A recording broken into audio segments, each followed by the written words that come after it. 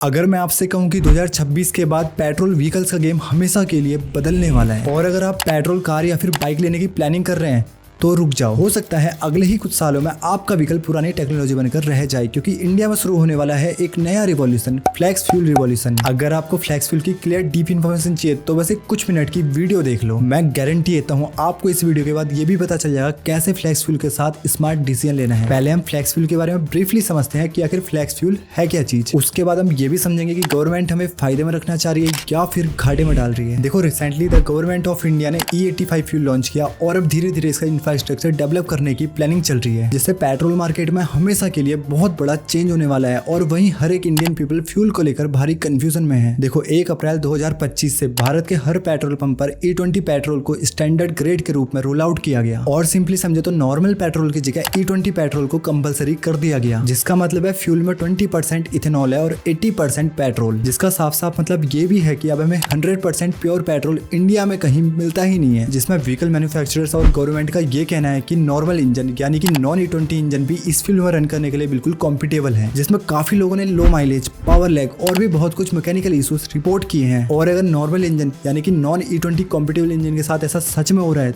तो ये एक अनफेयर प्ले है, बिकॉज 2022 तक काफी लोगों ने नॉन E20 इंजन व्हीकल लिए थे। वो जब तक रोड लीगल है तब तक हमें 100% प्योर पेट्रोल का ऑप्शन भी मिलना चाहिए, नहीं तो हो सकता है अगले ही कुछ सालों में ये जो नॉन E20 इंजन व्हीकल है ये खराब होना शुरू हो जाए। और फिर क्या होगा, या तो अपनी गाड़ी सही कराते रहो या फिर इसको शोपीस की तरह सजा के रख दो। लेकिन रुक जाइए, ट्विस्ट अभी बाकी है। 5 जून वर्ल्ड एनवायरमेंट डे में पेट्रोलियम मिनिस्टर हरदीप सिंह पुरी ने दिल्ली में E85 फ्यूल लॉन्च किया। उसी तरीके से E85 का मतलब हुआ 85% इथेनॉल और सिर्फ 15% पेट्रोल। है ना भाई खतरनाक। अब गवर्नमेंट का रोल ऑन प्लान ये है कि 50 से 100 E85 स्टेशन अभी दिल्ली NCR में, मुंबई पुणे नागपुर कॉरिडोर्स में और दिसंबर 2026 तक यही बढ़कर पूरे 500 स्टेशन तक और एंड ऑफ 2027 तक 5000 स्टेशन बनाने का प्लान है अक्रॉस इंडिया। ये सब बस 1.5 से 2 साल की बात है, जो काफी कम टाइम है, क्योंकि एक तो सारे फ्यूल स्टेशन E85 फ्यूल के लिए मॉडिफाई करने पड़ेंगे, जिसमें हर स्टेशन का E85 फ्यूल टैंक बनाना पड़ेगा। और दूसरा करंट सिचुएशन ये है कि व्हीकल मैन्युफैक्चरर्स को भी अपने इंजन E85 कॉम्पिटेबल बनाने पड़ेंगे, जिसमें काफी टाइम लग सकता है, क्योंकि basically normal engine E85 fuel बिल्कुल भी रन नहीं कर सकते। और अगर आपने गलती से भी फिल कर दिया तो engine failure, fuel injector failure जैसी चीजें सब कुछ पॉसिबल है। एक्चुअली ऐसा इसलिए होता है क्योंकि इथेनॉल हाइड्रोस्कोपिक होता है, मतलब ये टाइम के साथ साथ हवा से मॉइस्चर एब्जॉर्ब करता है, जिसमें इंजन पार्ट्स में कोरिजन हो सकता है। मतलब फ्लेक्स फ्यूल के साथ सिर्फ और सिर्फ फ्लेक्स फ्यूल इंजन ही रन कर सकते हैं। उसी तरीके से ट्रांसपोर्ट मिनिस्टर नितिन गडकरी जी का ये भी कहना है कि हम फ्यूचर में E100 फ्यूल लाने को बिल्कुल तैयार हैं, मतलब पूरा पेट्रोल हटाकर 100% इथेनॉल। मतलब धीरे धीरे पूरा ही पेट्रोल खत्म कर दिया। इसका मतलब हमें इन्हें भगवान मानना चाहिए? नहीं, रुक जाओ, पूरी बात सुनना। हम मानते हैं अभी तक इंडिया फ्लेक्स फ्यूल के लिए बिल्कुल भी रेडी नहीं है, बट गवर्नमेंट ऑफ इंडिया ने ये ब्राजील के मॉडल को अडॉप्ट किया है, क्योंकि ब्राजील के अंदर 80% लाइट व्हीकल जो है वो फ्लेक्स फ्यूल टेक्नोलॉजी यूज करते हैं। यहाँ तक US, थाईलैंड भी यही टेक्नोलॉजी यूज कर रहा है। बट जो भी बोलो, अभी तक इंडिया E85 जैसे फ्लेक्स फ्यूल के लिए भी बिल्कुल रेडी नहीं है। वहीं Nitin Gadkari ji E100 flex fuel file पर साइन करके बहुत खुश है भाई।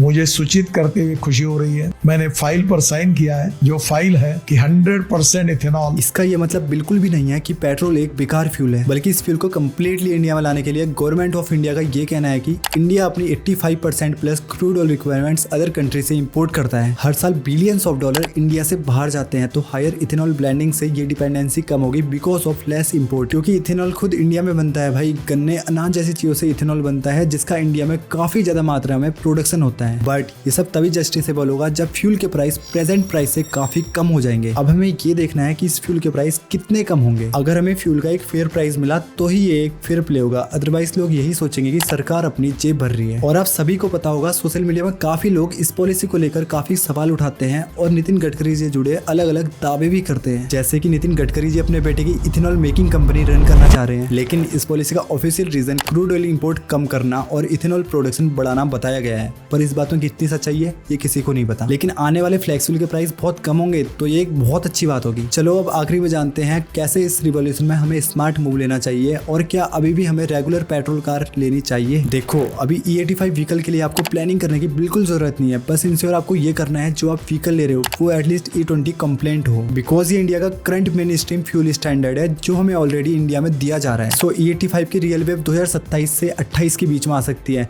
देन आपको उस टाइम में कार लेनी है। देन अभी से E85 व्हीकल आपके रेडार पे होना चाहिए। E85 व्हीकल का इकोसिस्टम अभी काफी इनिशियल स्टेज में है, इसलिए सिर्फ E85 की वजह से व्हीकल पोस्टपोन या परचेज करने की कोई भी जरूरत नहीं है, क्योंकि अभी बस कुछ ही E85 कॉम्पिटेबल व्हीकल लॉन्च हुए हैं और अभी सरकार का ये कहना है कि E20 फ्यूल आगे भी रहेगा एज एन स्टैंडर्ड फ्यूल, मतलब ये आपको मिलता ही रहेगा। तो अभी के लिए मेक श्योर आप एटलीस्ट E20 कॉम्प्लेंट व्हीकल ले रहे हो। सो दोस्तों, आई होप आपको फ्लेक्स फ्यूल का पूरा गेम समझ में आ गया होगा। होप सो कि अब आप अपना राइट डिसीजन ले पाएंगे। और कमेंट सेक्शन में बताना आपको ये वीडियो कैसी लगी, और आपको अगर अभी भी कोई डाउट है then let me know in the comment section. मैं आपकी वो चीज क्लियर करने की पूरी कोशिश करूंगा। वीडियो पसंद आई होगी तो लाइक करना, सब्सक्राइब करना बिल्कुल मत भूलना। मिलते हैं अगली वीडियो में, तब तक के लिए राइड सेफ, राइड स्मार्ट।